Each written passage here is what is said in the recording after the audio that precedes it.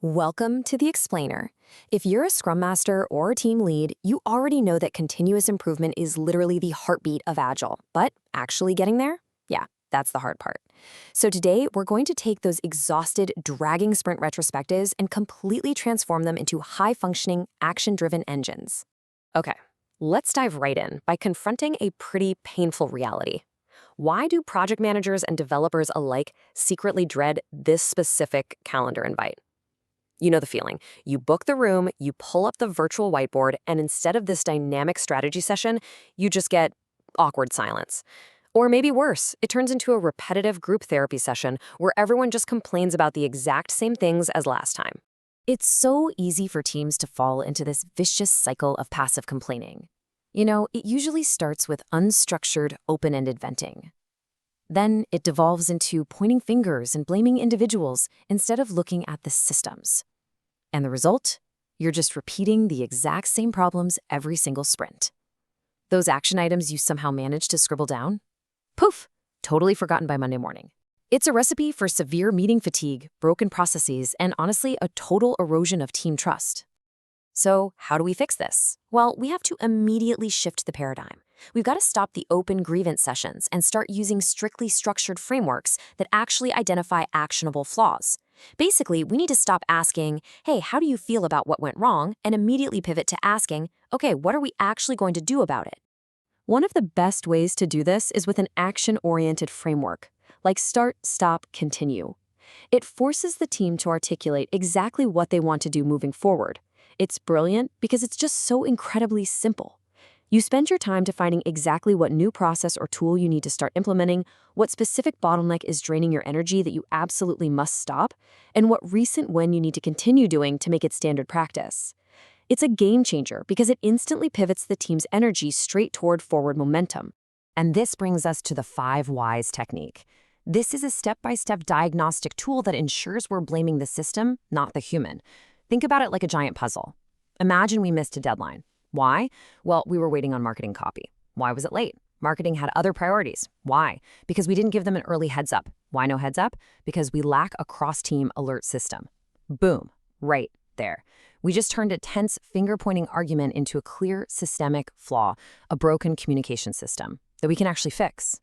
But finding that root cause is really only half the battle. There's this great quote from management theorist Peter Drucker: "You cannot manage what you cannot measure." And this completely exposes the biggest trap in any retrospective: vague, unmeasurable goals. Simply put, if you can't quantify the fix, there is absolutely no way it's going to get completed. You've got to stop writing weak goals and start crafting highly specific, measurable tasks. Saying something like, "we need to communicate better," is a wish, right? It's not an action item. Instead, demand concrete tasks with a single owner. Try something like, "automate Slack alerts for blocked Jira tasks by Tuesday, and Julian is the owner." See the difference? That leaves literally zero room for ambiguity. So the golden rule here is that before anyone leaves the room, every single solution absolutely must pass the SMART test.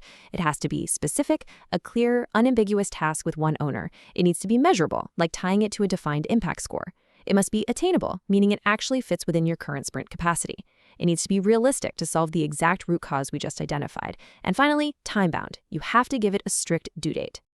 All right, but here's the ultimate reality check. Even the smartest, most perfectly crafted tasks are going to fail if they're forgotten the second you close the Zoom window. So how do we stop these action items from just dying on a virtual whiteboard? Well, that leads us right into the operational fix for tracking progress. You absolutely must embed these improvement tasks directly into your active team sprint backlog. Think about it. Keeping retro items on a separate board basically guarantees they only get checked once a month, which means they are going to be deprioritized and forgotten. Instead, you need to inject them straight into your active sprint backlog, right alongside your regular development tickets. That way, they're discussed in daily stand-ups, tracked, assigned, and actually completed like any other piece of vital work. And to guarantee you actually have the capacity to achieve this, you have to be brutal about prioritization. Limit yourselves to a maximum of just 1 or 2 high-impact items per sprint. Seriously, do not walk out of a retrospective with 10 action items. A halfway finished improvement brings exactly 0 value to the team. So, Pick the top 1 or 2 things that will make the biggest impact and commit to them fully. By allocating real capacity to just those 2 items and actively reviewing them in your daily stand-ups, you create this incredible accountability loop. Continuous improvement becomes a daily habit. It's no longer just a once-a-sprint chore.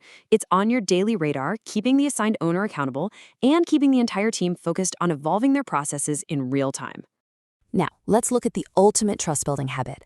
Moving forward, you need to open every single retrospective with this exact, uncompromising accountability check. What did we commit to last time, and did we actually do it?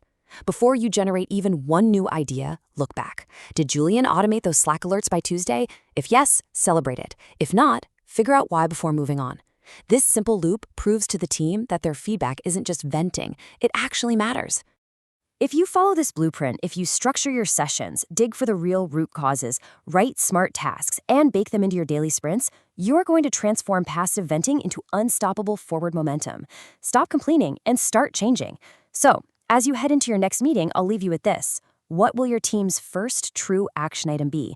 Thanks for joining me on this explainer, and here's to making your next retro your best one yet.